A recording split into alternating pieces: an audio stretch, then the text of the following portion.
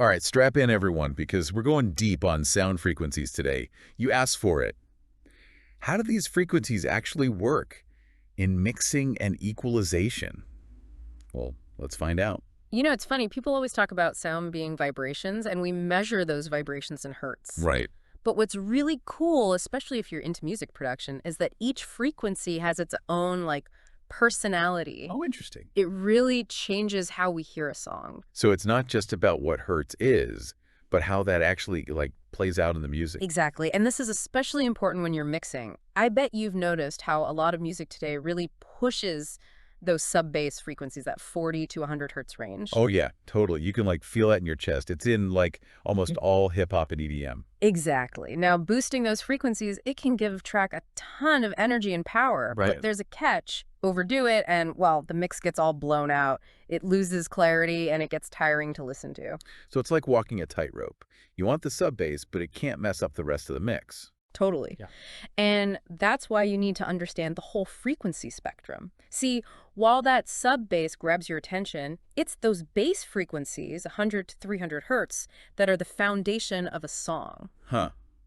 So even though people notice the sub-bass first, it's that 100 to 300 hertz range that's holding everything together. I like to think of it like the foundation of a house. They give it weight and stability. Makes sense. Without a good foundation, the music feels weak. It just falls apart. Okay, yeah.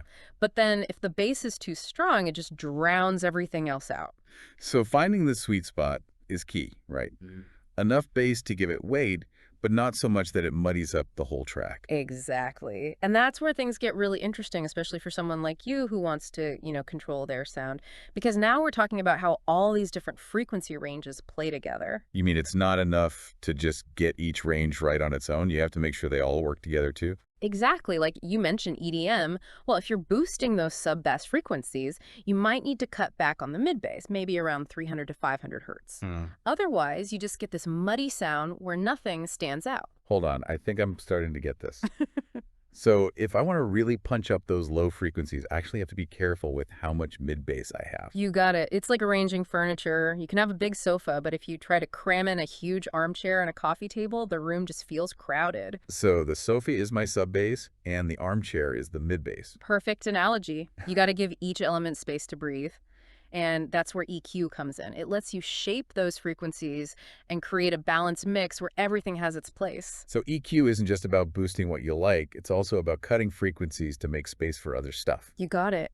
Now, since you brought up EDM, let's go up the spectrum to those mid-high frequencies from 1,000 to 8,000 hertz. Okay. Those are super important for vocals and instruments, especially in genres where clarity is key. Right, you want those synths and vocals to cut through. Exactly. And that's where intelligibility comes in, how easily we can hear and understand the individual parts of a song. Okay, got it. But how does that relate to these mid-high frequencies? Well, if this range is muddy or unbalanced, those vocals and synths just get lost, like trying to have a conversation at a loud party. Okay. You hear voices, but can't really make out what anyone's saying. So cleaning up those mid-high frequencies with EQ is like turning down the music at the party so you can actually hear people. Spot on. It's about making space for those key elements to shine through. Gotcha. And we can't forget about those highest frequencies. From 8,000 hertz and up, they add this air and sparkle, bringing out the subtle details and giving it brilliance. Yeah, they really make a track shimmer, don't they? And Well, add spaciousness. They do. But like anything else, you got to be careful. Too much boost in the high frequencies, and it'll sound harsh, especially if you listen for a long time. So another balancing act then. Just enough to make it lively, but not so much that it gets harsh. Precisely. Okay, so we've talked about individual frequency ranges, but here's where things get even more interesting. Oh. We got to start thinking about how those frequencies interact on a deeper level, not just about avoiding clashes, but how they actually create the color and character of a sound. Okay, now I'm really intrigued. What are we talking about here? We're going to dive into the world of harmonics and timbre. All right. This is all about how those simple frequencies we've been talking about combine to make those rich, complex sounds we hear in music. Sounds good to me. Let's do it. So, you know how we've been talking about frequencies living in specific ranges? Yeah.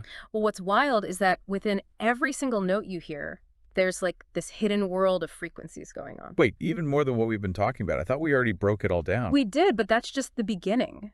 Think of it this way.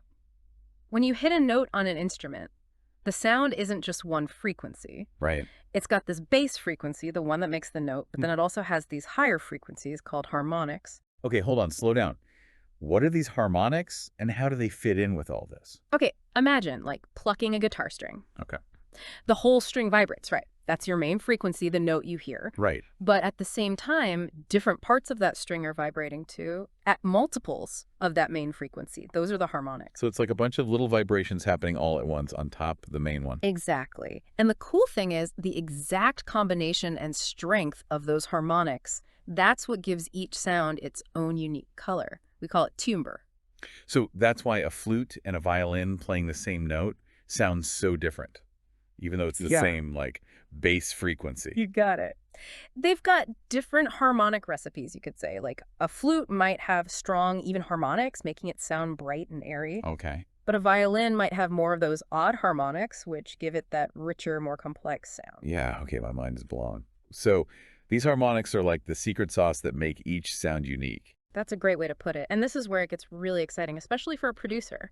Because if you get how harmonics work, you can actually mess with the timbre of the sounds in your mixes. Hold on. You're saying I can actually control those harmonics? You bet. One of the best tools for this, surprise, surprise, is EQ. But it's not just boosting or cutting big chunks of frequencies. Right.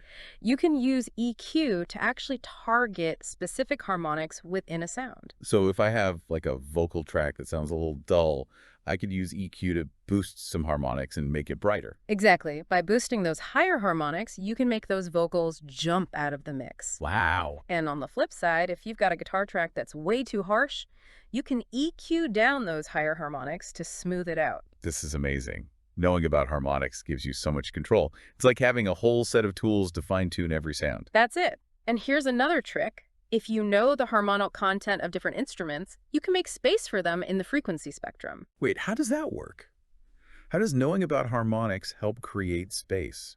Well, let's say you have a kick drum, which usually has a lot of low frequency energy. Right. You can use EQ to scoop out some of that range to make room for other instruments, like a bass guitar. Okay. This way, they don't clash, and you get a clearer, more balanced mix. So it's almost like you're playing Tetris with frequencies, making sure everything fits without overlapping too much. You got it. The more you know about harmonics and timbre, the better you get at this sonic puzzle. This is really eye-opening.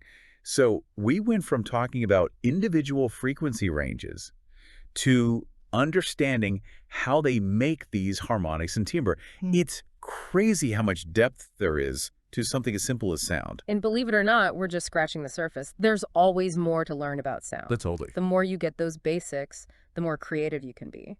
I feel like I need to go back and listen to some of my favorite tracks with new ears. I'm curious to hear how those frequencies and harmonics are all working together.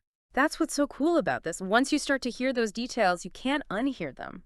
It's like you suddenly understand the language of music. Speaking of language, our producer friend, the one from Italy, Yeah. he had this point in his breakdown about the connection between frequencies and the human voice. It Yeah. really got me thinking. Oh, yeah. He was talking about how even the way we talk is all about frequencies. So it's not just music then. Even our everyday conversations have this whole frequency thing going on. Tell me more. So we talked about frequencies in music, but like even the way we speak is all about frequencies. It really is. Think about it. You can tell who's calling on the phone before they even say hello. Yeah. That's because each voice has its own unique set of frequencies. It's what gives it that specific timbre. So just like how each instrument has its harmonic recipe, each voice has its own frequency fingerprint. Exactly. It's pretty amazing, isn't it? Yeah. And, our producer friend even mentioned how different languages have their own tonal qualities. Right. Some rely heavily on pitch to get the meaning across, while others focus more on rhythm and intonation. That makes me think about how some languages sound more musical than others. I've always thought Italian sounds really melodic. I know, right? Yeah. And it probably comes down to the specific frequencies and tones that are common in Italian. It all goes back to this idea. Frequencies are the building blocks of all sound, not just music. Wow, this is making me want to really listen to how people talk. Yeah. To hear those subtle frequency differences. It's a great exercise to train your ear and become more aware of the nuances of sound. And for a producer, this can actually help you with mixing. Wait, really? How? Well, imagine you're mixing a podcast or an audiobook, something with a lot of talking. Right. Understanding how frequencies work in the human voice can help you make sure those voices sound clear, easy to understand. So it's not just about making it loud enough. Nope. You want it to sound good too. You might use EQ to boost certain frequencies that make it clearer or cut others that make it sound muddy. It's about creating a nice, balanced soundscape for those voices. This has been an incredible deep dive. We started with the basics of sound frequencies, then we got into how those frequencies create harmonics and timbre, and now we've even talked about how frequencies shape the way we speak. It's amazing how much we've covered. And the crazy thing is, this is just the tip of the iceberg. There's a whole universe of sound out there. And the more you understand the fundamentals, the more possibilities open up for you. I feel like I have brand new ears. I'm going to be listening to music so differently now. I bet. It's hard to unhear it once you start paying attention to these details. That's for sure. It's like unlocking a secret code to the world of sound. And you know what? It's all thanks to you, our listeners, for suggesting this topic. So the next time you put on your headphones, really think about the journey those sound waves have taken to get to your ears. Remember, every sound you hear is a complex dance of frequencies, all working together to create the music. Keep listening, keep experimenting, and keep exploring the amazing world of sound. Who knows what other sonic adventures await? Until next time.